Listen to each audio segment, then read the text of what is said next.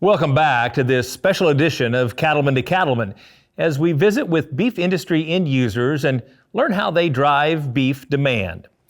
DeAnne, I'm curious, how do you interact as Florida Beef Council with end users and consumers to drive demand for our product? Well, I think much like my counterparts at the state beef councils across the country, we share the same goal, which is to create a meaningful experience and connection for that end user with our product. And for us, some days, it's as simple as offering a recipe or some beef education resources.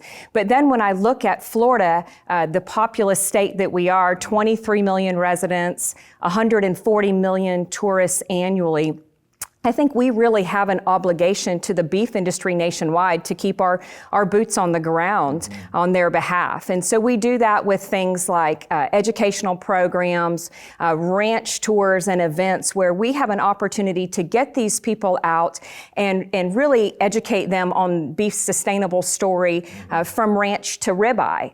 Last summer, we had a really unique opportunity to partner with our colleagues at the Texas Beef Council to provide a beef educational summit for a day to culinary professionals at Walt Disney World. Wow. We focused on beef production. We looked at sustainability, animal welfare, beef quality assurance, and then some practical beef product application. And it was just an amazing opportunity to be with these folks who, number one, we truly value the work that they do day in and day out. And two, to have the opportunity to just listen to their concerns, their questions, and get some feedback on how we can do the best job possible for these folks who day in and day out take our product and turn it into culinary magic for millions of visitors annually. Yeah, and we're glad they do. And what you're really talking about is those personal relationships. And I don't know about you, but I'm just finding that end users want to know more and more about the beef they're eating and where it's coming from and who it's being produced by and so forth. In your opinion, LeaAnn, what's the value of those personal relationships between end users and producers? And tell us a little bit about your experience. Yeah, I think that's one of my favorite parts of the whole thing. And growing up, we've always had an open gate policy. I mean, just trying to educate anybody and who will listen.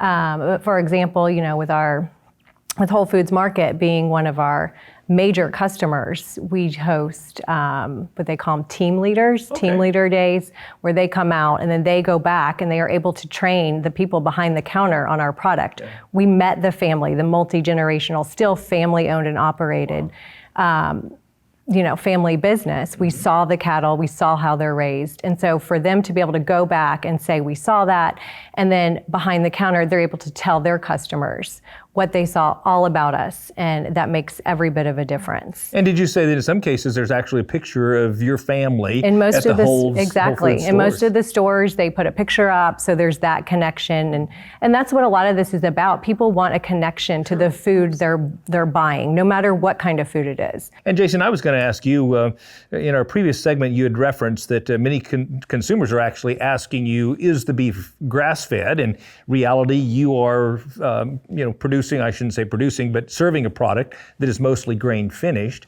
What do you do to kind of train your servers to tell the story and to help consumers understand how the product you're choosing to sell is actually produced? We walk them through the process that, all the animals are started on grass and they're finished on corn primarily. It's the finishing grain that yields the best marbling, highest quality product, that taste, that texture that the end user, the guest is really looking for. So part of that is an education that we go through with our servers to let them know that, they're fed grass through their whole life. They're just not primarily fed grass, but they're finished on the corn. I'm curious, how have you seen the beef industry change in terms of marketing, in terms of technology, the kinds of things that are really changing how consumers purchase and utilize the product? DeAnne? Well, I think it's been just an entirely different process now. We're looking at e-commerce programs. People are, they're grabbing their recipes online. They're getting their inspiration through the social channels and things. And then they're buying their groceries through a digital format also on their phone. They don't even have to leave their house to do it. So huge changes. Yeah.